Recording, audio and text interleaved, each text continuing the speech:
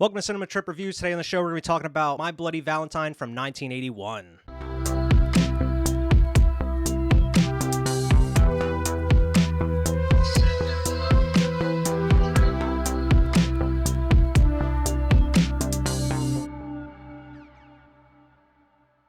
Hey everybody, welcome back to Cinema Trip Reviews. I am Wyatt, once again joined by Alex, and today we're going to be talking about 1981's My Bloody Valentine. You know, it's coming up on Valentine's Day, it's approaching here, and what better way than to watch a nice, I would say one of the top slasher movies of the 80s. I have seen this one a couple times before, but I feel like I really enjoyed it on this watch. Especially kind of diving in and looking at some of the backstory and some of the history with it and seeing how closely linked it is with the Friday the 13th. It really feels like a Friday the 13th film, just with a different killer. Yeah, I'm actually kind of opposite. I think it's kind of middle. Yeah. It's fine to me. I wish it went further into it. I think I would have loved a sequel. I love how this movie ends. I know we'll get there. I love the ending. The whole last section in the mind is awesome. I think everything leading to it's just like. See, I feel the opposite. I feel like there's surprisingly a decent amount of depth to it. Like as far as you're within the town, you get to know a handful of characters. There is a backstory with the killer and what happened within the town and why they waited so long to do like a Valentine's Day dance. I don't know. Compared to some of the other slashers that are in the 80s, I feel like there is. But I can understand some of the complaints about it as well. Do you know which version you watched of this? Not the unrated version, the one that went away, like quicker. I'm guessing. Okay. Because on HBO Max, they had both versions. They had the regular theatrical, and then they have like the unrated. It's only like 6 minutes more, but it's pretty much only adding like extra scenes of gore, like extending some of the kills more. Maybe I watched the extended version. I don't know. I just typed it in. There was only one version for me though, and I just clicked it. It came up under a special feature. Like whenever you click on the regular version, if you look, there's like special features, and it's like the unrated like cut. Then I didn't do any of that. I definitely watched the. I mean, I was gonna watch the regular until I saw I was like, what in the world in special features? And I was like, it's literally a whole different cut of the movie. I didn't know they did that on HBO Max. Just put it like let me know. I would have never known that. Like just make that the like default option, especially like if it's only adding just a couple minutes of just extra gore scenes. Why wouldn't you make that the default cut? It's not changing any storylines. It's not rearranging scenes. It's literally just adding a couple extra minutes to it. Yeah, they just like hang on some gore shots, a little bit longer, right? Yeah, I think there's a couple of them that are like, I don't know. It's been so long since I've seen the theatrical. I think some of the actual kills are just cut. Like, they just cut away real quick. You don't really see too much of them. There is some kills where you don't even see it. It happens off screen, and then they find their bodies later. Yeah. So I mean, it's going to be interesting to see, like, what you saw coming up when we talk about the movie itself. But this movie was directed by George Mihalka. If you don't know that name, it's not surprising because he's directed a lot of TV and some smaller stuff, but he hasn't really done anything really noteworthy at all. I went through his IMDb and I was like, I have no idea what any of these things are. The only thing I kind of recognized was like 2015 or 16. He did it was called like Black Christmas Reckoning or something. And I was like, I've never even heard of this. It must have been like a direct to video. Oh, yeah. Thing. But you haven't really heard much of him at all since this movie. This is his biggest thing. As far as the cast, you got Paul Kellman as TJ, Lori Hallier as Sarah. You got Tom Kovacs as Mike, Neil Affleck as Axel. He's not related to Ben Affleck or anything like that. I was gonna ask. No, believe me, that's one of the first things I looked up was like, is this guy related to the Afflecks? Yeah. No, but surprisingly, we know some of the stuff he's worked on. This dude, apparently, he was an animator for The Simpsons and Family Guy for years. Whoa. So he went on to do like animation for Fox and everything, which is pretty cool. And then you got Terry Waterland as Harriet. Pretty much the same thing with a lot of this cast. You really don't really see a lot of this cast really ever. I haven't really seen any of these people outside of this movie itself. So, I mean, everything's kind of contained. You don't really get any of these other people. They never really broke out after this movie. This is a cult classic with cult actors and all these things. Apparently, this is Quentin Tarantino's favorite slasher movie, he says. I looked that up, and I was like, that's pretty interesting. But the way that it's kind of how it's paced and how it is and some of the story, it kind of makes sense, I guess. I enjoyed it, though, for the most part. I enjoyed it just fun fine. time. I just it's not upper echelon for me. There isn't Maybe I enjoyed it more because I watched the unrated. Maybe if maybe I watched the theatrical ones before. I didn't love any of the characters. The only guy I liked is the like chubby guy with the mustache. He's He was the cool. best. He was the best He's the character in the movie. best character in the Hollis or movie. whatever his name is, if Yeah, I remember correctly. Yeah. he's awesome. He's I the- like him. Yeah, he's got a dope facial hair. He's pretty nice the whole time. He's not a dick like some of these people He's are. like a cross between like John Candy and like David Crosby. R.I.P. Rest Yeah. in peace, David Crosby. He just died like a week ago or two from Crosby, Stills, and Nash. It's like a mix of those guys. This guy's dating way out of his weight class Straight up. too. Yeah. Way out of his weight class. Well, until later, and then I understand Well, maybe he why looks he like got he's her. like near 30, and she's like looks like she's fresh out of high school too. Yeah, he does look the oldest, but they all look pretty old. They keep calling him kids, and I'm like, these are grown men working in the mine. Yeah, Stop calling them especially like the kids. main character, like TJ and Axel, they're straight up like in their 30s. Yeah. I mean, so is Sarah, like the main lead. She's like close to 30. But Why yeah, they keep calling them kids. Like, Yeah, and it's these are like grown ass adults. they're not in high school. They have jobs working in the mines and stuff. I think these are That's- men. That's like a manly job too, like working in the mine. Yeah, Like, this is a exactly. man's job. But this movie was originally titled The Secret before they changed it. And the reason they changed it is because they really wanted to capitalize on the holidays theme that was going on with the slasher era. I mean, you had like Black Christmas, you had Halloween, Friday the 13th even. They wanted to kind of capitalize on that, so that's why they called it My Bloody Valentine. And I mean, they really pushed the Valentine's thing in it, not just because it's on like around Valentine's Day and it has like the Valentine's Day dance, but like the town itself is like called Valentine Bluffs, which is like, Yeah. I think you're kind of pushing it a little too far. I think A we little get it. heavy-handed. I think we get it. But this town loves Valentine's Day like no other, apparently. Well, used to.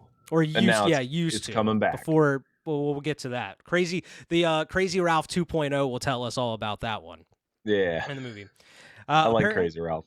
Apparently, this was shot in real coal mines in Nova Scotia, Canada, and they went as deep as 2,700 feet underground to film some of this. And this is pretty hilarious. And I had to like fact check it to make sure it was real. But apparently, the town was so excited that they were shooting a big like Hollywood type movie in their town, and they were going to be using their coal mines. They spent $50,000 like renovating everything, and they cleaned up the coal mines and everything. And apparently, the film crew came in and the director, and they were pissed They were like, because they "Wow." cleaned everything up, and that was the reason why they chose the location, because of how like dingy and how like realistic it was.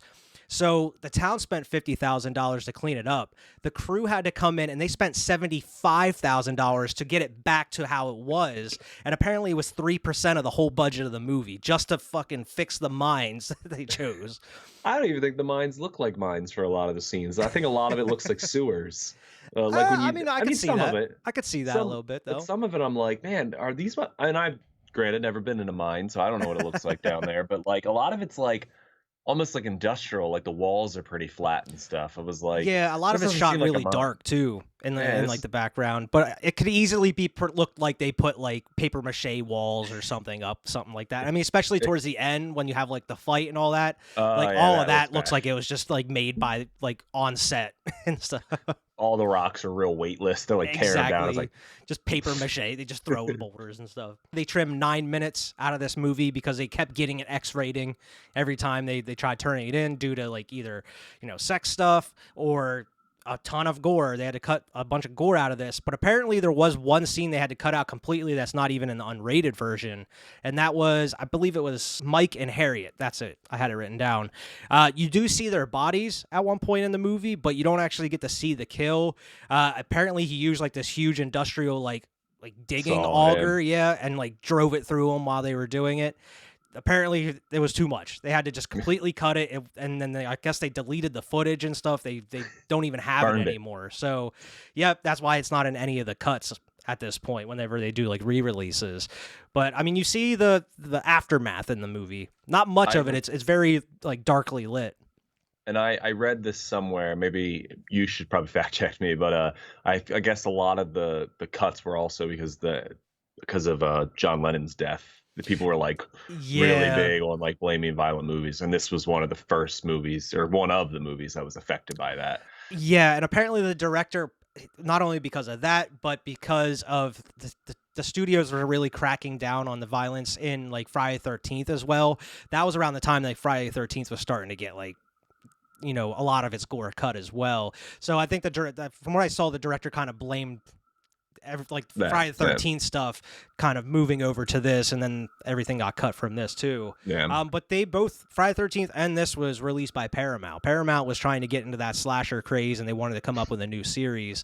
Unfortunately, this didn't do well whenever it came out initially. Of course, it has a cult following, but because it didn't get that initial, decent reaction, there was no sequel, which they initially wanted to plan. They had a script for it and everything, from what I read. But it just didn't happen. About it. It should have, though. This ends on a good cliffhanger. Yeah, I think so as well. And I mean, I even had to look up just to, after watching it, I was like, did they release a second one? Because I never heard about it. But of course, they have like the remake, like My Bloody Valentine 3D, that came out in like the mid 2000s. I think Jensen Ackles is like the main dude in it. It's been a long time since I've seen that one. I've seen this one way more than the remake. I remember it being okay with the remake. I remember it coming out like when the Friday the 13th remake and stuff was coming out, probably a little bit before that. In the remake craze of the 2000s. Yeah. And I don't remember hating it. Now, I will be honest, I probably saw the remake before I saw the original. Oh, really? So maybe that affects it. But again, I don't really love either of them. So see, I feel like my appreciation for it goes up every time I watch this one, because normally it seems like I kind of wait a long period of time in between watches of this, and every time I watch it, I'm like, this is surprisingly holds up. It's a decent movie, and I think maybe if you watch the unrated, it'll do a little bit more because it's not cutting away from some of the good shit, and you're like, that kind of what gives it its charm as well, because a lot of the kills in this are very solid. They're very creative kills, and I mean, I think they're very well done. I don't know what you saw in your version, but for the most part, they're very well done. I like the water kill and stuff like that. I think some of the acting in this movie, and we'll get to it. I'll start explaining some of these characters when we go through the story, but some of the acting in this, where I'm just like, Jesus Christ, like, some of it is bad. I'm sick of you people. Like, I generally was sick of like 3 or 4 characters in this movie where I was like, I cannot wait till you die. And unfortunately, some of them don't. Yeah, that's true. I mean, it's one of those movies where you think everybody is going to die. Oh God, I wish. The last couple of things I had here, the cast didn't know who the killer was by the end of the movie. The director wanted to keep that a secret, so they really kind of left that part of the script out for most of the cast members. And like I kind of insinuated before, since this is with Paramount, they wanted to kind of include like somewhat of a Friday the 13th Easter egg, but this does take place over Friday the 13th weekend. It starts on the 12th, Thursday the 12th, and then over the course of the movie, it does go to Friday the 13th, and then, of course, the 14th, which is Valentine's Day. So somewhere else, Jason's happening. Yeah, at the same time. This is like this is a cinematic universe before they were the thing. Yeah. Before they were a huge thing. Confirmed. They tried to get a Kickstarter, it just didn't work. It should have, man. They could have been the holiday massacres. Could have just kept going. I'd have been into it. And then have a crossover, Jason versus Harry Warden or whatever his name is. The movie kicks right off with two miners just kind of walking through them mines while the credits are rolling and everything. And surprise, surprise, one of them is a woman. She takes off all of her gear. She got you could tell it's just like one of those just wash off tattoos or whatever on her tit.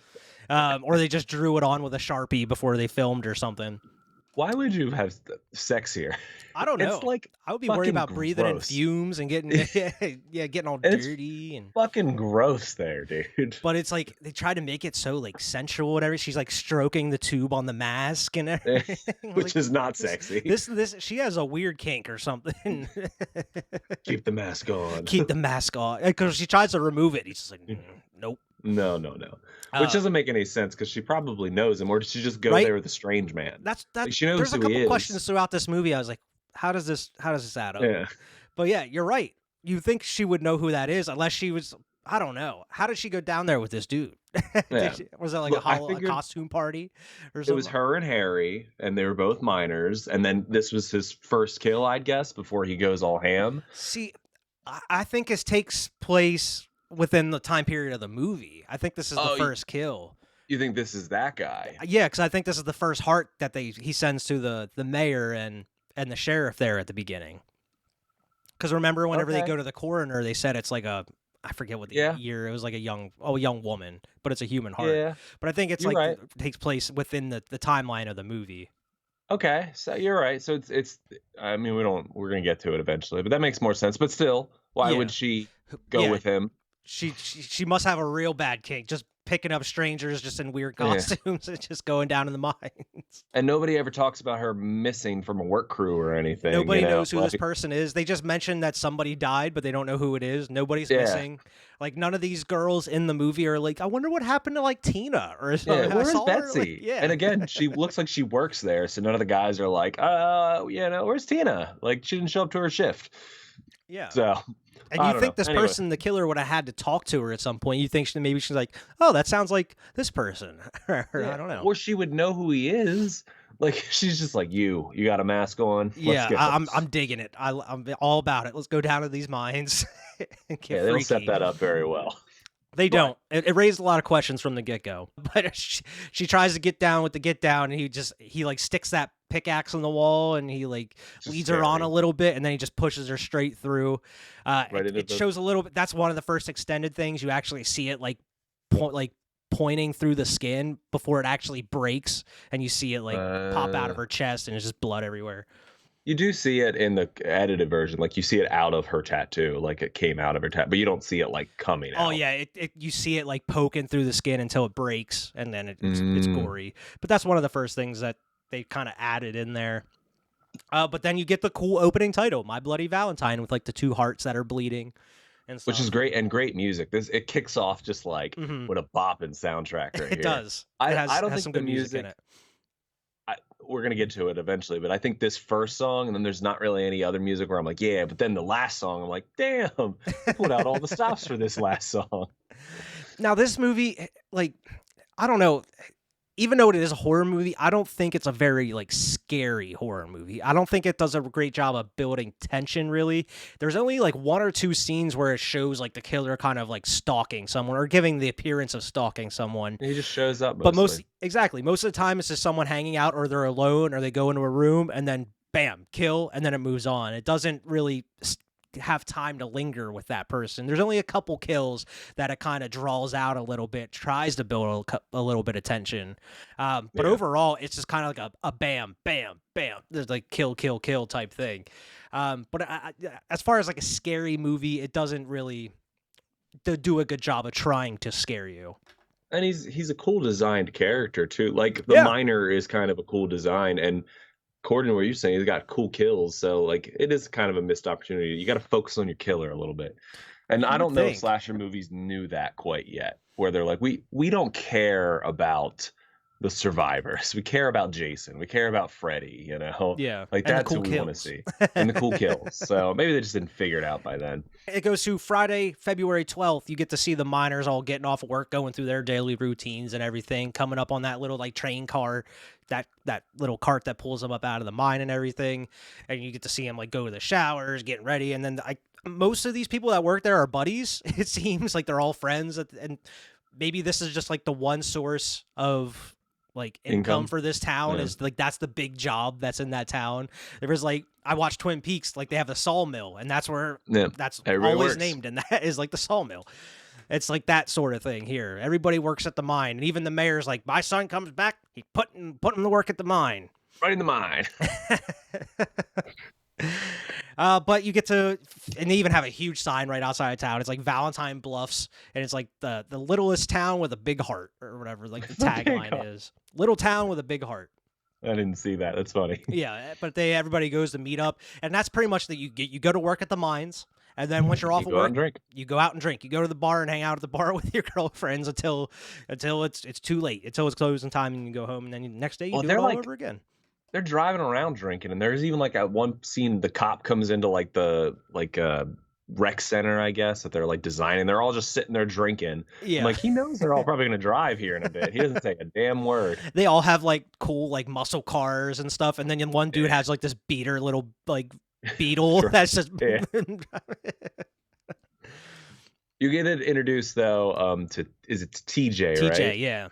TJ and Axel, which, come on, that's a dope ass name. Axel. Axel. That's fucking cool. Yeah, TJ, he's the only one that doesn't have like a date, because as soon as they go to that place, like you see every person has like their own girlfriend and everything. You get to see them with the rest of the movie. TJ doesn't have his girlfriend, and as you come to find out, his ex was Sarah, and this is a whole fucking side plot of the movie is the love triangle between Sarah, TJ, and Axel, because apparently TJ decided to run off to the West Coast to make him. You don't find out why or what he was trying to do. He just goes off to make a name for himself, I guess, start a new life. He wants to be a stuntman. I'm just kidding. I'm making that up. I have no idea. But of course it fails, and then he just comes back to town. But apparently he didn't tell anybody he was leaving. Yeah, he abandons her. Yeah, he abandons her. He abandons his friends and everybody. Nobody really knew where he was going. His dad's pissed off, and that's what I mentioned. Like, he comes back, his dad just puts him to work in the mines. Yeah. But his dad's like his the mayor dad of the town. Yeah, he owns the mines, because he says later in the movie, like, "Oh, we can go to my dad's mine." So the mayor must own the mines he too. Must. He owns that whole town, I guess. This is where we start getting into characters I don't like, because TJ is right off the back just sulking like a little bitch. Like a little bitch, bro. Like, and it's your fault.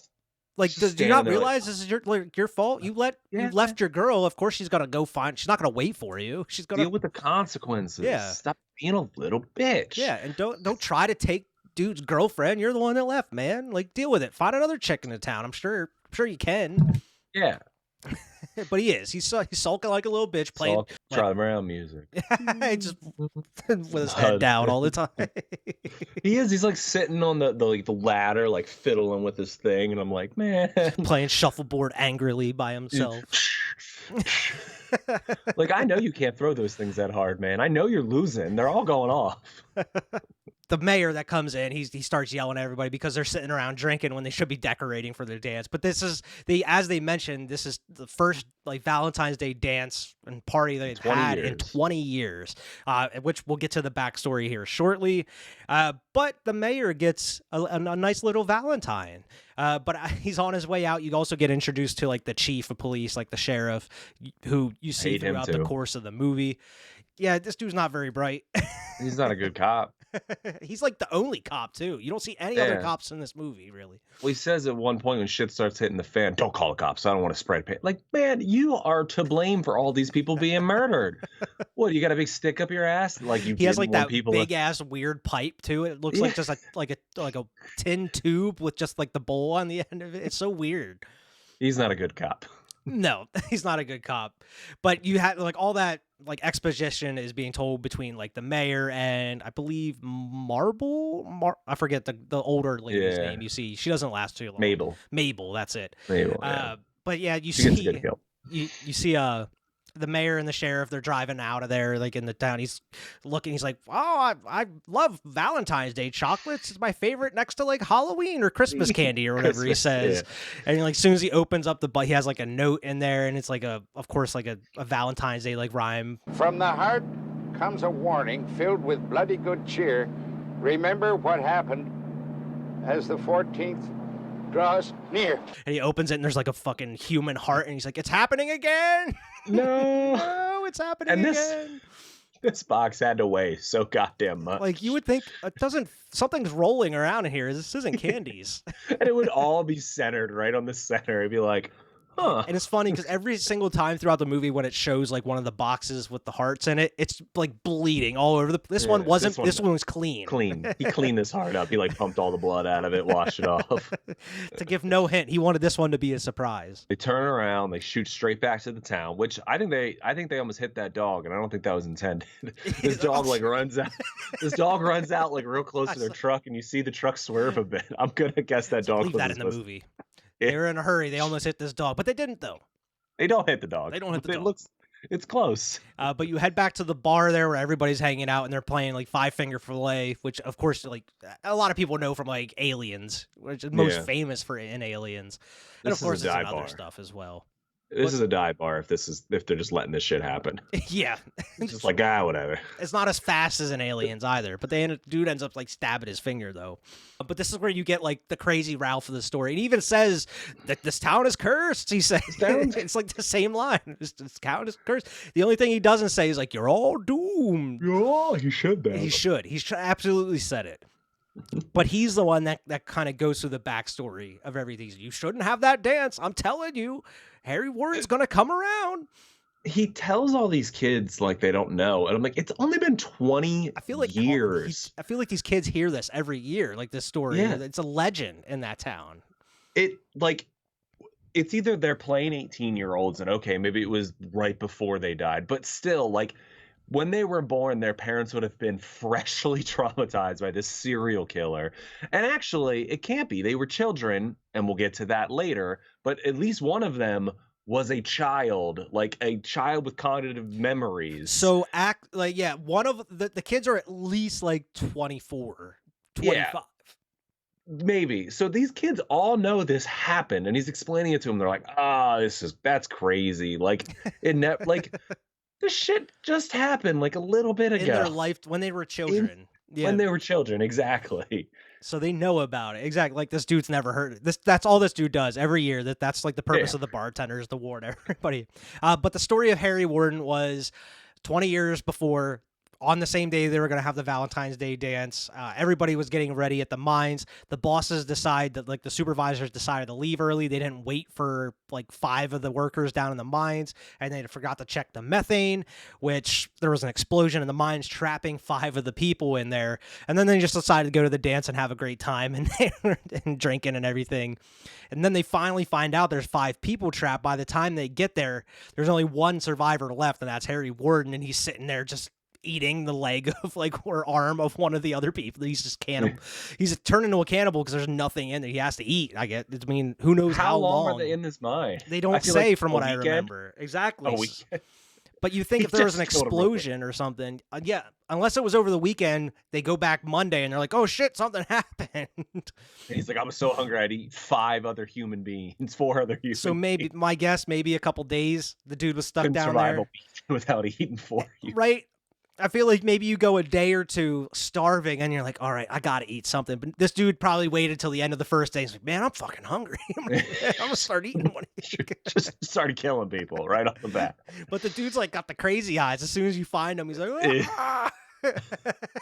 He goes into like a mental institution because he was fucked up. I mean, it was only a couple days, but I mean, I guess maybe stuck by yourself and turning to cannibalism maybe does a little something in your brain. But a year later, he breaks out of the mental institution, goes back to the town, and he just butchers the 2 supervisors. What all do you see in your version that you watched? None of it. None of it? None of it. No, they just tell this story. You don't see any of it? You see, again, later, you see a flashback then, but you don't see any of this in the theatrical cut. Like, the bartender just explains it. As the bartender is telling the story, you actually see flashbacks of this shit happening in the one I watched. And even when he's talking about when he comes back and murders the supervisors, it shows like him put that pickaxe through the dude's chest. And then like in the cut, it shows like his rib cage open, and he reaches in, he pulls out his heart, and he's like beating and shit. I don't remember any of that. You see all of that, in the unrated cut. It's pretty gnarly, but as he's talking, he's like, Harry Warden is still out there. And it shows some pretty cool shots of just like him walking around town with like that pickaxe and everything. It was some cool shots of him just walking around. This is what I wish this movie would have been, with the imagery of this pickaxe guy. Mm-hmm. Have you ever seen the Town That Dreaded Sundown, I think it's called? A long time. I don't know if I've seen the original. I know I've seen the remake, I think. You get a lot of those shots in that movie, though, where it's just like a scary person walking through like the streets of the town. And See, you get that a couple times in this one, at least in the unrated. Yeah. You get a couple shots of him walking around the town by himself. Maybe I would have liked it then. That's some establishing shots that I would have liked. Yeah, I think it definitely helps. Yeah. And I think it helps with just like kind of the urban legend that he's telling as well. It gives you some imagery for it. Yeah. But yeah, the bartender goes full crazy Ralph. Just, you better not have that dance. Don't do it. I warn you. Because of the heart coming back. Because that was the calling card. Is because like he would always like turn the hearts upside down and like put hearts in like the Valentine's Day like chocolate boxes and send to people and shit. But because of all this, they think Harry Warden's back. The police like put in a request at the prison to see if he broke out, and they're like, well, we don't have any records of Harry Warden. We have no idea who this person is. This dude has butchered people like 20. This wasn't long ago. This was 20 years ago. This was huge news. It's not that long. You have no ago. records of this dude at all. And this chick sounds like she doesn't even know him. She's like, I don't even know who that fucking I have is. a feeling Like, they didn't even look. That lady, she's like, yes, we didn't see any. Like, I yeah, don't think you looked, lady. yeah, it just happened. No records of this dude. So the police are just like, what do we do? Where do we go? Like, what's our first lead here? Oh, nothing. They don't do anything at this point. No, They're just they're just he's like, waiting around pretty much until something happens, or else they get the dude tells them, oh, they had a secret party or whatever. yeah, We'll they get to that one. found a human heart, and this cop was like, don't call any other cops. We don't want to cause panic. Don't want to cause a panic. What? It's like That's the a fucking, human it's like the mayor in Jaws. Yeah. He's like, we don't. The mayor and Jaws, though, I get it, though, because, like, I mean, it's still scummy, but at least he wanted, like, the tourism. I totally, like, they're not getting tourism for this fucking Halloween dance, dude. Yeah. Or this Valentine's Day Yeah, that's dance. literally just for the townspeople. Yeah, like, call some cops. Get the cops here. You would think put some patrols out. Yeah. Walk like on the street at all times just to make No. sure. Nope. This guy couldn't Let's do it. just sit back and let's see what happens. Yeah, let's see what happens. He didn't kill any of my friends yet. Well, Not yet. we're right about to get to that. We cut to old Mabel at the laundromat. She's just kind of hanging out doing her thing, but this is like one of the only a couple actual creepy shots where he's just the first person point of view of the killer, just kind of watching outside the window. Or in the glass. You can kind of see him. Yeah. Like just watching outside the window, and then as soon as she goes to the back room, he comes in and sets like the box of chocolates down, and then he even like it shows him kind of just back up behind like one of the dryers so she can't see him and everything. So you know where the killer's going to be hiding this whole time as she comes out and looks and has like a poem inside of it. And even says like, you're next. And of course, Mabel. Yep, she gets it, and it's a long scene of her just like, no, just backing up, no. He savors this one. Yeah, he savors this one a little bit, but you don't officially know what happens to her yet. All right, so you in your unrated cut, it cuts away from you two at yours at that time, but it does come out and show what happens to her though. It doesn't. But I know it probably hangs on it longer, but it does show what happens to her later in the rated. Yeah, cut I think I'm not. It's I just watched today and I don't remember if he actually like stabs her or whatnot in the curse. I just remember it kind of cuts away after she's screaming and then he comes towards her because he pulls her back into that room. It's kind of a cool shot. But he looks like, I love the look of the killer in this, like the mask, and he just looks like he's kind of a big dude too. He has a presence about him. I think it's a cool costume design. I think the miner is kind of a scary look, you know? Yeah. Just underutilized. He's just underused. It cuts to like the junkyard. I guess the guys just hang out at the junkyard at night. It's a weird scene. It just cuts to the junkyard at night.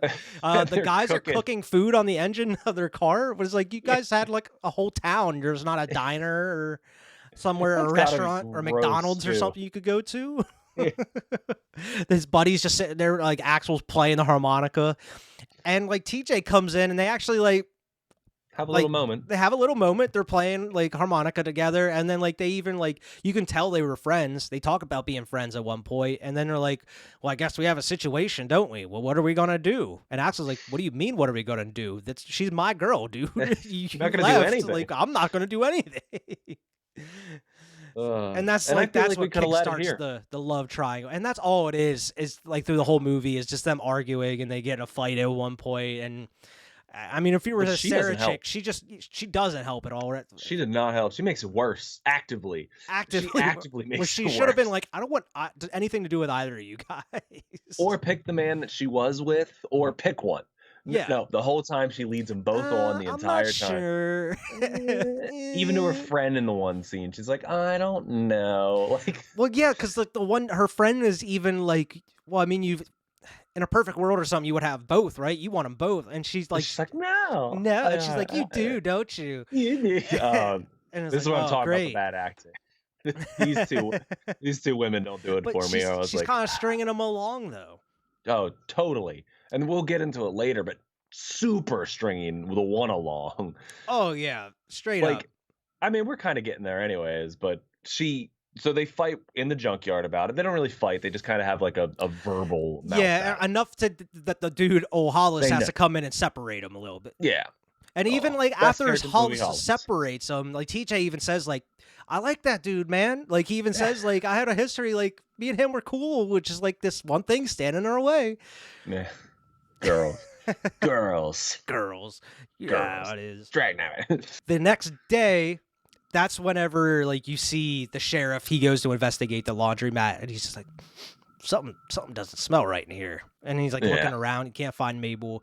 But yeah, and you see like, I don't know how he doesn't notice a dryer with just blood all over the window, because he checks the one right beside it and he sees her clothes. And he's like, oh, I wonder which this one with blood all over it is, because he sees like the upside down hearts. He's like, that's odd. Spilled all this cherry jam.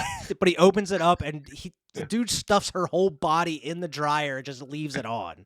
And it's like all just like burnt and crispy, and her eyes are all white and milky. It's gross, but it's like, it's really good effects for that time. It's a good effect scene. I mean, the logistics of it would never work. A dryer would never, A, I don't think get that hot, and B, like it run wouldn't that long. run for overnight, like just hours and hours. And if it did, that human body would wreck that dryer. I was gonna say, I think the human body would be a little too heavy for the dryer. It would break. He wants to like cut her in half or something, because like it would be so much weight hitting. And there's stand-upable dryers, so it's not like it's like this. It's like this, where she would be like da-dum, da-dum. It'd be broken. Yeah, but like the whole time when he's like, oh, I can only imagine the smell too, like of just a body in a dryer the whole time. Ugh, it's gross. They bring it up twice, the smell. Yeah, because the mayor and then like they come in and he's like, oh, it's so gross. But that's what he's just like, all right, we gotta cancel this. No more dance, no nothing. And they even go to like, and they lock up the community center or whatever they were having they were gonna have the dance at. Still don't call the cops, by the way. Still don't call the cops. There's been 2 deaths that they know of, and they only really care about Mabel's. They don't care about where the heart came from. They go to find out like if it's a human heart. And the coroner is one of the worst actors in the movie too. He's like, this is a human heart. I'll tell you, I think this is your answer. Because like, do you think this? I mean, this is Harry Ward's calling card. He's like, do you think he could be back? We're still waiting to hear back from like the prisoner river. And he's like, I think you got your answer, gentlemen. It's so bad at certain points. It's bad. The kids are pissed off because they were locked and they can't have their dance. But yeah, kids will be kids. They're like, oh, we're gonna have a party one way or another. So like, fuck it, let's just go have a party at the mine. And it's not even like it's at the mine, but it's not in the mine. It's just like the up top. Yeah, it's like the little like hangout center they had there, the little rest area. But they have like a pool table. There's a bar there and everything. It's a nice little rest area. They brought boxes of food and drinks and shit. Yeah, it's a nice place. It's a nice setup there for them. It's like, you guys should have had the party there to begin with. We should have. Before we get to that, we got to go back to the real villain of this movie, Sarah, who TJ forcefully puts her in the car. I was going to get to that, yeah. He just straight kidnaps her from work. She's like, I don't want to go with you, TJ. And he's pushes her in. She's like, are you listening to me? He's like, no. Just kidnaps her. Yeah. Takes her to a remote location where he's like, this is sketchy. Like, you should be probably afraid for your life, Sarah, a little bit. But she leads him on, dude. She hangs out with him. She kisses him. This is the most dramatic part of the movie, by the way. This is like a love scene where like they're overlooking the ocean. Yeah, and just, like I imagine his hair overlooking flowing. the bay and stuff. Why did you leave? You didn't tell me it. She has like that single tear going down her face. Like they just put like Visine in her eye or something. Why did you leave? And then they make out. Like she's pissed at him. Like she's pissed, and he's like, I still love you. And he's like, I learned a lot from my time away. And like, it's just so dramatic.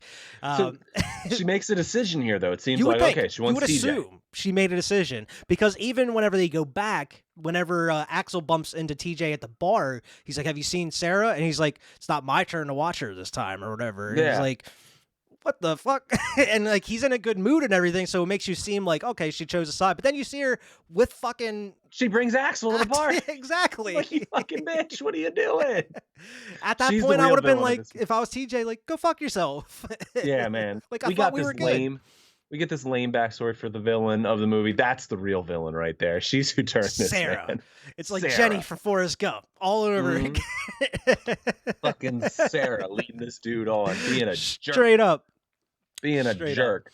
Oh, we gotta go though back to Crazy Ralphie when they decide they're gonna do the bar. Yeah, I was gonna say, because they're talking about having the other party, and the whole time he just keeps interjecting, like, "You better not fucking have that dance. Don't I'm fucking telling do you, it." there's a reason it's getting canceled. There's people dying. I told you the first time. I'm gonna keep telling you. Like, you gotta listen to me." But like, even the one dude jokes about it, and he's like, "Oh, what? Harry Warden's gonna get us down in the mines?" And the bartender's like, "Don't you fucking joke about that, you asshole." He calls him an asshole, and the guy Yeah, couldn't because believe it. He's like, uh, "What? Why?" again, this man lived through those murders because it was 20 years He's the ago. only the bartender takes it more seriously than the police. Like, he's Yeah. trying to save these people's lives. Well, until he gets a Wile E. Coyote coming up here. I was gonna say, this dude, he cares so much, and he like those kids push him over the edge. He's so pissed off. He's gonna go set up a prank for him, and he Well, goes. I don't get the prank. He goes to the mine where they're gonna have the party. Somehow he knew exactly where they were gonna have the party. Yeah. And he opens up the door and he sets like a Home Alone prank trap up of like just the jumpsuit and the mask. So when you open up the door, it's gonna look like the killer's there, and it like a pickaxe just kind of opens it. pokes out of the door when you open the door. So it looks There's like a string attached to so it. every time you open the door, like the pickaxe comes down, and they're like, "Oh, there's a killer there." Yeah. This dude is so impressed with his work. He checks it like 4 times, dude. He's so More than that, I impressed. think. He's like, "Oh, I can't believe this. This worked out And the way better than I whole- planned." He's jovially laughing though. He's just like, He's having the time of his life. He hasn't had this much fun in years. He's like, "I can't wait. I'm gonna go back behind. I'm gonna set this up. I'm gonna go back behind the one of the buildings and watch these kids. And haha, I got you." I don't know what is like, other than maybe scaring them if they are scared. That's the payoff. But he checks it one too many times, because like the 4th time he checks it, he gets a fucking pickaxe up through his jaw, and it goes out through his eye, and his eye's like hanging out of his skull. I don't know if you see that in your cut or not. You don't know. I mean, you see it and you see it hit, and then it's over. Oh yeah, in this one you actually see like the pickaxe go up through, and it's sticking out of his eye, and his eye's just hanging down off his face, and it holds on it for a while, and blood's coming out, and as he falls to the ground, and the killer starts dragging him by the pickaxe across the ground. You see that too. You see the drag. Now my question It's gnarly, though. Which I gotta go back and watch, because I did hear the unrated's got some cool kills. I think it definitely helped it in the long run. But how did the killer? He cuts this prank down real quick, without any noise. Yeah, and then he's standing there ready. Or did he jump in the suit? He just like ran and like jumped in the hanging suit. He put it on real quick. Like, and he just knew this guy was going to check the trap like 4 times. He's like, I know he's not checking it one. Well, he's going to do it one more time. Oh man! But at this point, like, TJ drops Sarah back off at wherever, I guess at her work, but she's walking home at this point. And this is actually kind of a creepy scene of her just walking down through like the dark streets. She thinks she's being followed and whatnot, and then like she sees the light shining on her. She doesn't know who it is, but it's just the bumbling cop. Again, bad cop. He's the only cop in town. Sneaks up on people, wandering right around in front town. of their face. What are you doing out here? Hey, I don't want to scare you. I'm over here. What are you doing out here, Sarah? Like, scared the shit out of her. Are you the killer? What are you doing? Yeah. Bad cop. The sheriff, he goes out. He actually gets back to the police station. He has a Valentine on his desk. And this is, you're like, oh shit, there's another Valentine here. And he's like, oh God, not again. He's like, there's another one. And he opens up and it's from Mabel. It's an actual Valentine's a bunch of chocolates. Poor like, Mabel. oh, poor Mabel. She's dead now. And you have like a little card in there. But it was a fake out on this one until it's not, because there's some ruckus outside and the dogs are sitting there sniffing and licking like the bloody ass box just sitting out there on the porch of the police station. Oh, it's another heart. Oh shit. There's a scene where he's like shooing the dogs, and that one dog kind of jumps at him. And again, I don't think that was planned, because they just found these dogs in Nova Scotia where they were filming. They were wild. I know they're probably trained dogs, but still, like, you kick a dog away from meat, it gets mad, Yeah. So I think this dog was actually mad, and I do, like, you kind of see him. Now, my favorite part in this whole scene we're getting on is his deputy, his thing, who seems like he doesn't give a fuck what's going on, dude. This dude has the driest delivery through every line. He's just like, oh, gotta call him, I guess. Like, again, dude, people are being murdered. Well, it's Nobody like, cared. It's at this point where you're cutting back and forth between a couple different kills, because you go back to the party. It's raging at this point. The one dude goes into into the back room kitchen area, And this is a funny kill. Like, he gets drowned in the boiling pot of hot hot dog dog water. water. And, like, as he's drowning, you see, like, his face bubble. It kind of reminds you, like, Halloween, too, with the chicken, like, the hot tub. But, like, hot dogs are hitting him in the face as it, and it was, like, it's a little funny. It's just hot dogs bouncing off his face while he's drowning. Oh, and they find his heart in it later, and they're just oh not my god, concerned. it's like a boiled cooked heart, and his body's in the fridge, and they don't even notice that at first. He opens it up and he gets the beer. He's like, "Oh, that's crazy. Probably just someone playing a prank." Yeah, I'm not gonna look in this fridge that I'm grabbing stuff from. Just sitting there, just with his face is all like blistered and shit. Hands it to him, basically, like. But back to like the sheriff, when he finds the heart and everything, like they tell him about like the party. He was like, why is this still happening? I don't know. Like, we canceled the dance. And they're like, well, the kids they're having another party. He's like, what damn party? And it takes him like, he doesn't even investigate it's not until later when the other kids find the bodies and then they come and tell him, we were having a party at the mine and such and such. This dude, as soon as he found out they were having another party, he should have been running around trying to find where it is. Straight up there, yeah. But nope, he's just sitting on his fucking hands, just waiting for the next thing to happen. My Bloody Valentine and the bad cop. The secret of this movie is it's a bad cop. It's the easiest town to go around on a murder spree because you're not going to get caught until it's too late. And he probably wouldn't have got caught if they didn't go down in the mines and shit started crumbling. He probably wouldn't have got caught, period, if he did a couple things smarter here, but we'll get to that. But you go back to the party, and I mean, this fight was caused by Axel because he's acting like a dickhead, trying to force Sarah to do whatever he wants, and she's like, "No, get off of me!" And then you have like an actual like fist fight between him and TJ. And once again, Horace got to come in here and break it up, and he does it with like one hand, dude. He comes in and breaks. That's enough for you two. Best character. And only best friends. He's straight up. He is the best character of the movie, and I don't think I've ever seen this dude in anything else. But he should have been in more shit. I'm gonna look him up. I'm gonna find movies with him in it. But Axel straight up bitch. He leaves and he goes and just cries in the alley while he's drinking a beer. Like, dude, like man up a little bit. Man up a little bit. Man up a little bit. Dude just came in and took your girl. You got cucked. got cucked. Either fight against it or get with it. Choose one. This is one of the best kills too. As the guy getting the beers out of the fridge, he leaves his girl. Yeah, I was gonna say they were at the changing room in the mines. They were like, they alone. hang them? They were alone making out in like the changing room. But yeah, I guess they hang up all the uniforms and you just pull the rope and they drop down. I guess that doesn't seem why. It just seems like why to me. Like why would you do that? And she's like, again. She's like, you know what we need? And he's like, oh, I got it right here. He pulls out a fucking condom. She's like, no, more beer, silly. More beer. Yeah, but like as he goes, he gets that beer. The dude, like the killer, starts fucking with her, dropping all the clothes around her, turning all the showers on. He's so fast and quiet. I don't know how he's doing all this. He's very good. But yeah, you get a dope kill here. This is probably the best kill of the movie. It's probably one of the best kills in the movie here. He straight up picks her up by the face and carries her across the room. And he just shoves. I guess he must have took time to unscrew one of the faucets from the showers, but he straight up sticks her whole head into one of those pipes. And it's pretty dope. I know it's a little bit extended here because you actually see like her getting shoved onto there and like tons of blood dripping down like all over his shoes and shit. Yeah. But the payoff comes when the boyfriend comes back and it's just the shower water's coming out of her mouth and her body's just hanging there. I was like, a lot of these kills are creative. And that's what makes it stick out a little bit. And this is a good shot too when he first comes in because you just kind of like see the profile of her face with the water coming out of it, and you see the boyfriend kind of in the foreground, or the background, and it's a cool like angled shot. Now you say something about her getting picked up by her head and put on there. They do that. I think it's the same girl in the beginning when they're all meeting their girlfriends, like when they first go into the rec room. He kisses her that way. He picks her up by her head and kisses her and then puts her down. Like, come here. Like, see, when you rewatch it, man, when he introduces her, he grabs this little one and like picks her up like this. I was like, oh my God, that is a like aggressive way to kiss somebody. Like, snap her neck off. A little foreshadowing there, I think.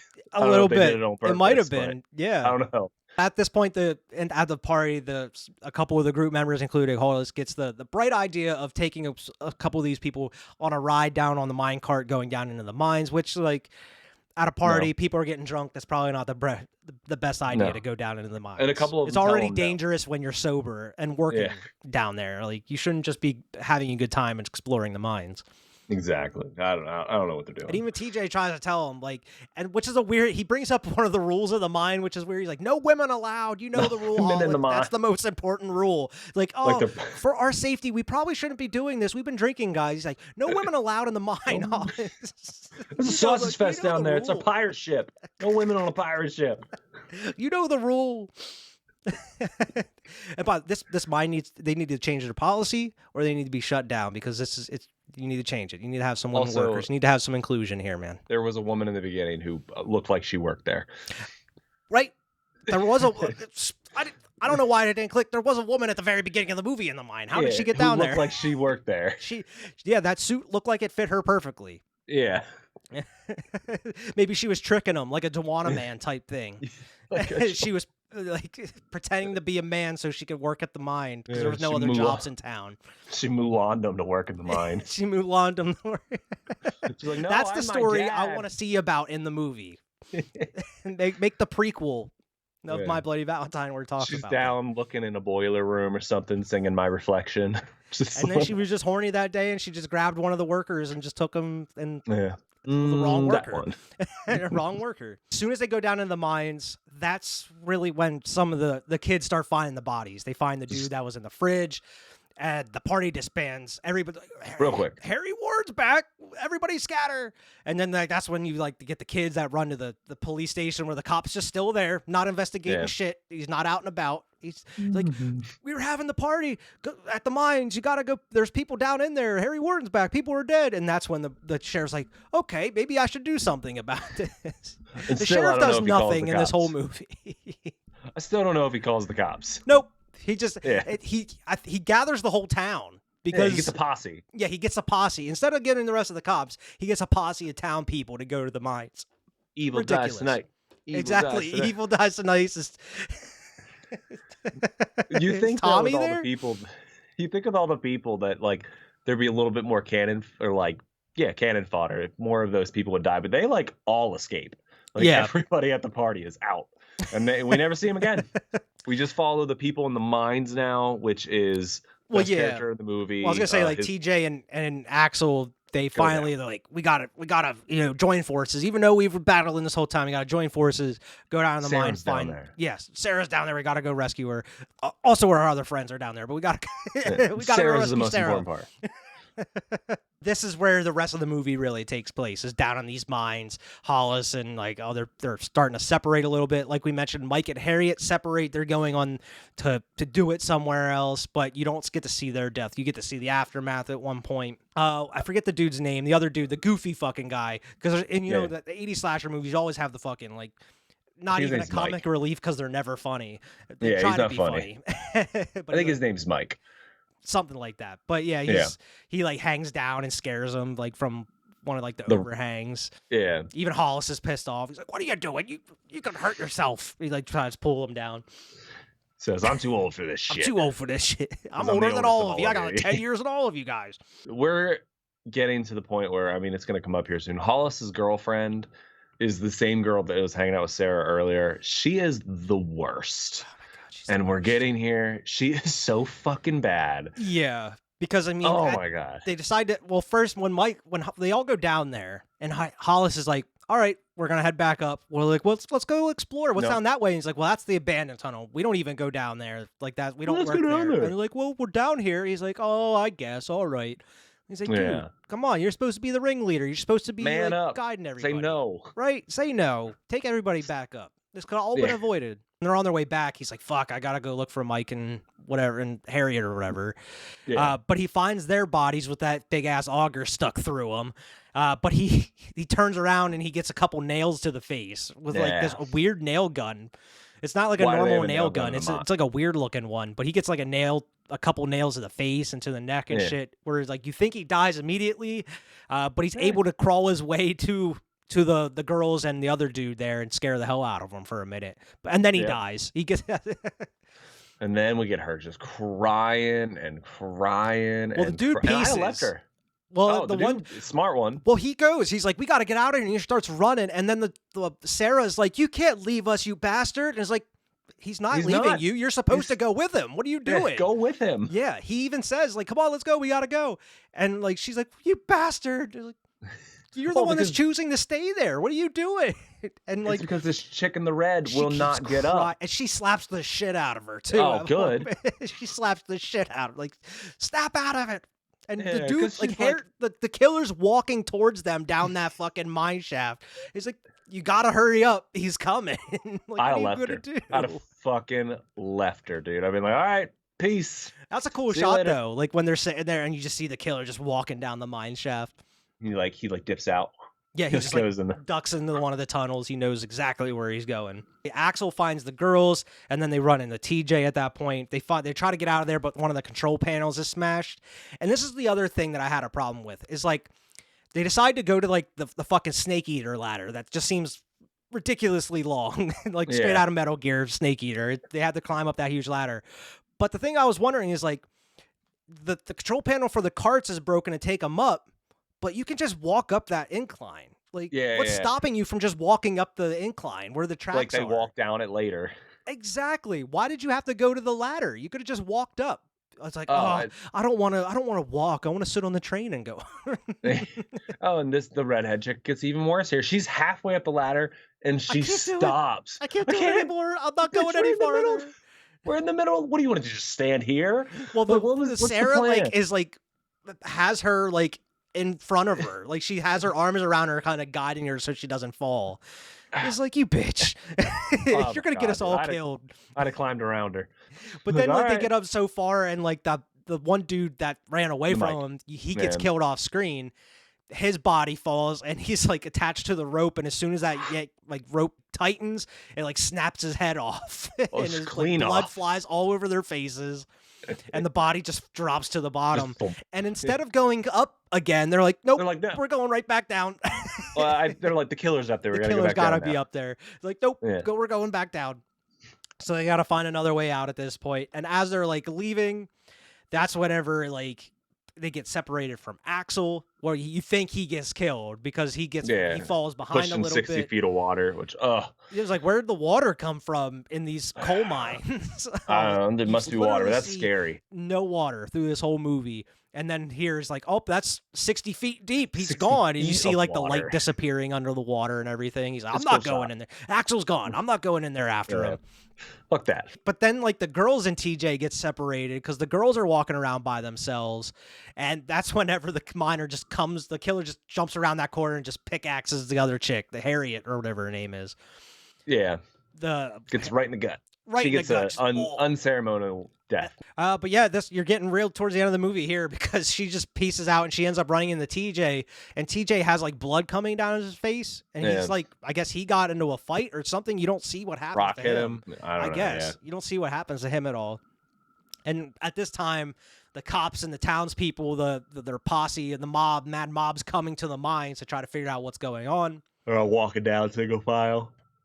Yeah, and he ends up finding one of the other, I guess, mine cart areas to go back up, and they actually get that one to work. And the killer just comes right after him. He's running, and they're just, as the cart's going up, they're just climbing up the cart. It's like It looks like something out of a video game or a cartoon or something.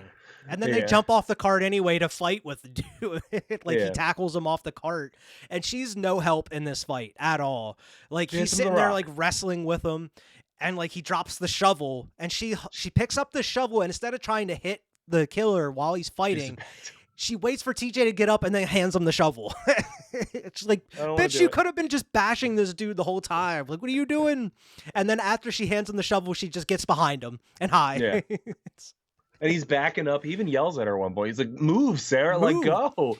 But like what I I'm was thinking, because the whole time he's backing up, the dude just keeps swinging the pickaxe into the wall. It was like, as Yeah. soon as he swings that pickaxe in the wall, just start bashing him with that.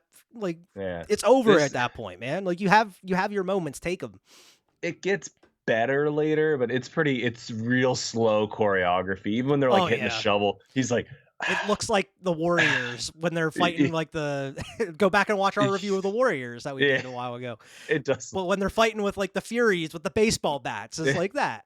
And I'm like, this is pretty bad choreography. But then they like kind of they tuck inside like that little hideaway hole, and then it's just an enclosed room, and that's the one I talked about where it just looked like it's made of like cheap like paper mache beams and rocks and stuff. Oh, yeah. Before we get there, the posse's coming down and the minecart goes past them, the one that was going up. So they're very close. Shack. They're real close to each other. But like the cop stops and like feels the back of the one minecart and he sees blood on it. A, I'm like, where did this blood come from? And B, how would he notice that? Like, he's in a rush to go get a killer, and he's just like, is that blood? Like, even though, you know there's a killer here. You know people are dying. Like, oh my God, blood. Blood. Like, they make a scene of it. They look at his hand. Bro, you've been seeing like hearts being ripped out from people's chests and blood everywhere. Like, this shouldn't be a surprise to you. You're wasting time. You're wasting time. Go, people go. could be dying. But yeah, this is where you get another just kind of clumsy action sequence in that little like room. Little better. Just like with the shovel and shit. Throws the pickaxe and it gets stuck in the wall. And I love it because he like sticks the pickaxe into the wall, cuts to like TJ and Sarah, and whenever it cuts back, the killer automatically just has a knife in his hand. It doesn't show him reaching for it. As soon as it cuts back to the killer, he's already has the knife ready to go. And that's where he's coming to TJ with the knife, and then like the chick smashes him over the head with like the rock, and then rips off his mask, and you get the big reveal. Oh my God, it's Axel the whole time. Dun, dun, which like dun. Some of the timelines doesn't work, I feel, within this movie. Like, how was Axel at this party, but still like leaving the hearts at the sheriff's place and doing some of the other kills and stuff? Getting down into the mine to kill some of these people, even into the showers to kill these people, and then back up into the party. TJ and him purposely go down together into the mines, and then whenever they show up, they're separate. Like, how do they separate? It doesn't show any of that. Just like, I'll go this way, I guess. But on top of that, as soon as it's revealed Axel was the killer, it immediately goes into like his flashback, like you mentioned, where he just like freezes. The flashback I talked about, where you see the like Harry Ward killing one of the supervisors 20 years prior.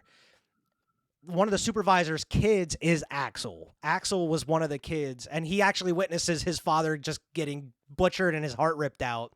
And as soon as his heart gets ripped out, blood splats on his face, and he's hiding under the bed, and this is what turns him into a killer, which is like dumb. It's very dumb, because like if this traumatized you, wouldn't you want to have nothing to do with killing, or this? You would be scared for your life from this person. You wouldn't want to become the person, right? Like, and you went right into the mines to work, right? You know? You wouldn't want anything to do with like a miner or anything like that. Yeah, I don't know. It's very odd.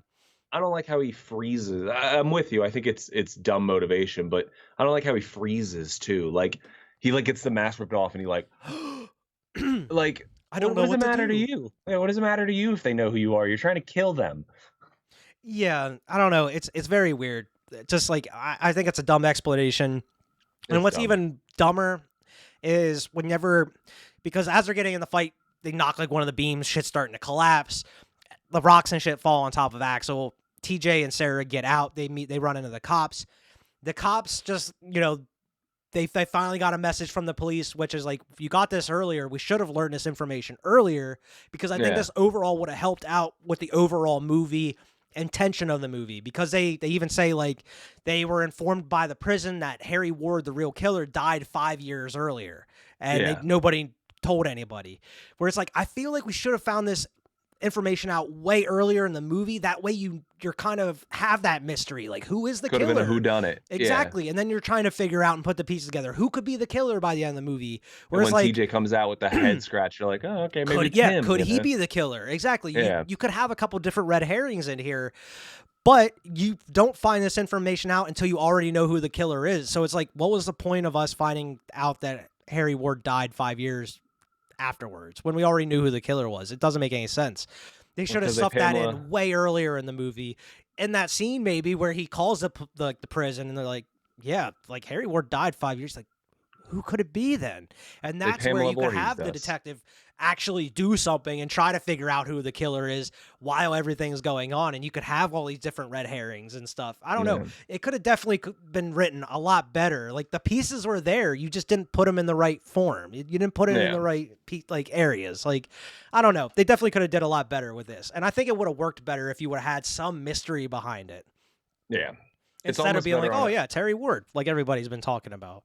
It's almost better on a second watch. I mean, I know you know who it is, but still you're like, oh, like you can kind of see like the whodunit of it, like the red herrings. But no, I'm with you. It's kind of out of nowhere. It's out of left field. It really is.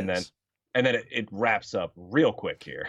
Yeah, and this was another dumb thing, and this is where if I was TJ, I would have been like, this fucking bitch. Is like, there's somebody alive down here. There's somebody alive, and she's like, I gotta go because I gotta see Axel, and she like rushes down to see it. And if I was TJ, I would have been like, what the fuck? Like, he just tried killing us, and you're just gonna go back and try to see him? Like, this bitch. Yeah. Like, go fuck yourself. But like, she goes down there, and she like, his hand sticking out there, and she like tries, and she like grabs his hand, and then like he grabs her. And then on the other side of the rocks, you see him cutting his own arm off to get free. Yeah. And then his arm just slips through, and she's holding his arm and shit is bleeding. And he's full crazy at this point because he's running out. And he's like, me and Harry Warden are going to get you. We'll be back. Be my bloody Valentine, Sarah. This whole fucking town is going to die. We're coming back, you bastards. Sarah, be my bloody Valentine. Sounds all creepy and like crazy at this point as he's running away with no arm, but he's like running back through the mines. It's like, how are you getting out of these mines? Because as from what we've seen, there's only one real entrance and exit. The cops and shit are just gonna wait outside for you. But this could have been a good sequel. We could have picked back up on him 6 years later, 5 years later. I mean, he would have died at blood loss, but it's a horror movie. Yeah. So, and that's when you cut into like the closing music, and it's funny because some of the lyrics in the closing music are talking about like find out the secret, and which was supposed to be the title of the movie. Yeah. So like the song was written as the title was what it was supposed to be. The song's a bop, dude. Yeah. I'm with the song. But that's the ending of the movie. It ends on a big old cliffhanger. Nothing gets resolved. I mean, you find out who the killer is, but he gets away. Scott, like, you don't know where he is at this point. He'll probably bleed to death. He just ripped his own arm off. You would think so. Like, there's no way you're cauterizing that or anything. You're bleeding out, and you're most likely dying in that mine.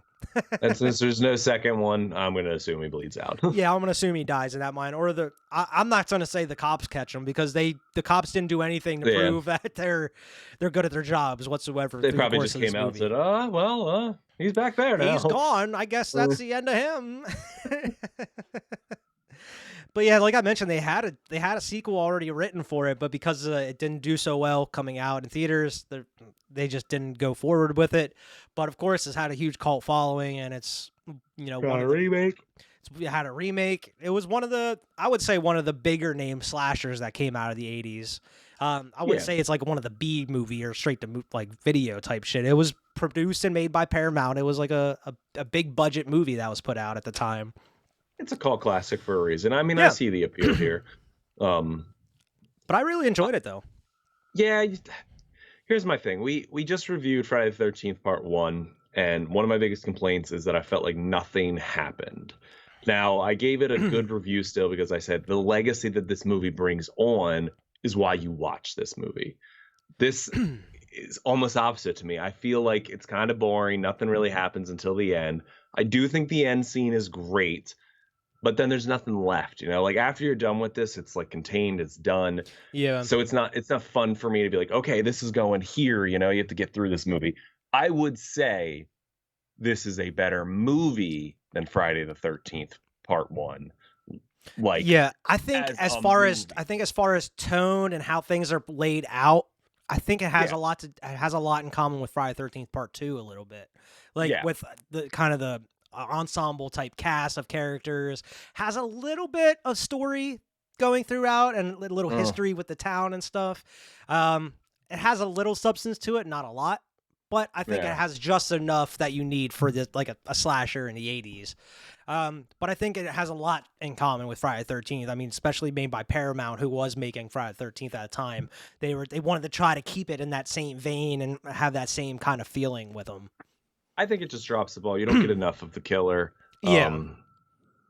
I think it's got a lot of positive upsides, followed by a lot of negative upsides, which just leaves it a very like middling movie for me. I'm gonna watch the extended cut though. Maybe if there's a little bit more gore, because it's a lot of cutaways for me. See, that's what I figured, and maybe that's because I definitely enjoyed this movie, this watch way more than I did before when I watched it the last time when me and Annette watched it. I definitely would recommend the unrated cut. I really enjoyed this one a lot more. I didn't have as much. The only problems I really had with the characters were like the love triangle like story between Sarah, Axel, and TJ. Other than that, the characters didn't really bother me as much as they bothered you. Chicken the Red, man. Talking about the sheriff and the chief and how useless he is, that does bother me a little bit. Like you could have did a lot more with that character. But I like the killer. I like kind of the backstory they had with the killer a little bit and the history with the town. Like they don't celebrate Valentine's Day. There's a reason for it and everything. I don't know. I think there's a reason it stands above some of the other slashers that came out in the 80s. But I immediately after watching this, I was like, I'm going to put this on my list. I want to go out and scoop it on Blu-ray because they have a Shout Factory 2-disc version of it. And I'm like, I want to get this eventually. But this might be a regular viewing for me here eventually. I definitely enjoyed it more than I expected to and more than I have previously. Out of a buy it, rent it, or miss it, I wouldn't say buy it. I would definitely say rent it if you haven't seen it at all, though. I don't think it's as good enough for like a modern, like just casual slasher fan. I wouldn't say buy it when it comes to that. If you are a fan of slashers, just rent it, check it out if you haven't seen it. It's a good watch. It's more entertaining than most, I would say. I'm on the same thing. I think I'm a little lower of a rent it than you, but it is a rent it. I don't say skip it. There's not many Valentine's Day horror movies, and this is probably the best one. I mean, I've seen a few of them, but I would say this is the best one. But I just don't go in there with high expectations. I think cult movies sometimes are cult movies for a reason, and I can see why this didn't do super well. There's nothing new about it. Yeah, it doesn't do like you were talking about liking the killer and stuff. I wish they would have went more into Harry Ward. I wish when they were down in the mines, they'd have saw. They should have found like his little hideout or something. Yeah, or like Axel's been living in there, like something. Obsessing over him. Like I would have liked more of that. Where it would have looked like it would have been like Harry Ward's hideout, living there. But but it was actually like Axel's or something. Yeah, something I don't like that. They just needed just a smidge more to me, but it doesn't do anything wrong other than that chicken the red. But or more of him walking around the town, like just murdering folks, stalking in different houses or something, Even more of him in the mines, like you said, that scene where he's coming up the mine cart. It was creepy. And you can see him. It's a well shot scene. We get it once. We get it one time and never again. And the one time you really see him walking around the streets is when the bartender's talking about the legend of him and everything. That's where you get those cool shots of him walking around the town. You don't really see that too much throughout the movie, where it's like I feel like you definitely should have that throughout the movie, but you don't get it. You definitely needed more of the killer in there because he's easily the best part. He's cool looking, and I mean they're not shy of showing him. They show him very early. I mean, it's not like Friday the 13th where they make you wait to see, like some of the early Friday the 13th. They make you wait to see Jason and stuff until like the later half of the movie. You see the killer right up front from the beginning. Yeah, well, and shouldn't be hiding anything. Like you said, he's done well. Like he looks intimidating. Yeah, it's not like hiding cheap effects where you're like, oh, don't show the monster because the monster looks kind of cheap. Exactly. Like he's done well. So it's rented though. It's a pretty good movie. Yeah, I really enjoyed it here. I mean, eventually we'll have to go and do the review of the remake eventually, because it's been I think I've only seen it once, and that was probably around when it came out. So I'm due for a watch of it. So maybe around this time next year, we'll do a review of the remake. I'd be down. Any other thoughts on My Bloody Valentine here, Alex? No. I do want to say I did read that My Bloody Valentine, the band, got their name from this movie. That makes sense. Yeah, I know a couple of their songs. I'm not a huge fan of them or anything, but I mean that makes sense. They were popular back when we were kids. I knew who they were. I was like, oh, I know that band. So yeah, that makes sense though. Where can everybody find you here, Alex? You can find me right here on the Tap That channel, as always, and being here with you. All right. And if anybody doesn't know, make sure to like, share, and subscribe. Go check us out on Twitter and Instagram at Cinema Trip Reviews. Make sure to go check us out wherever you get your podcasts and leave us a good review there as well. And we'll see everybody next week. We are doing the review of Last of Us episodes 4 and 5 next week. So I'm glad everybody's watching the reviews of The Last of Us. They are doing better than I expected them to do for TV reviews on the channel. So we are going to keep doing those here until the season finale. And who knows, maybe we'll do some other TV reviews in the future as well, since these are doing well. We'll just have to find something that we're both interested in.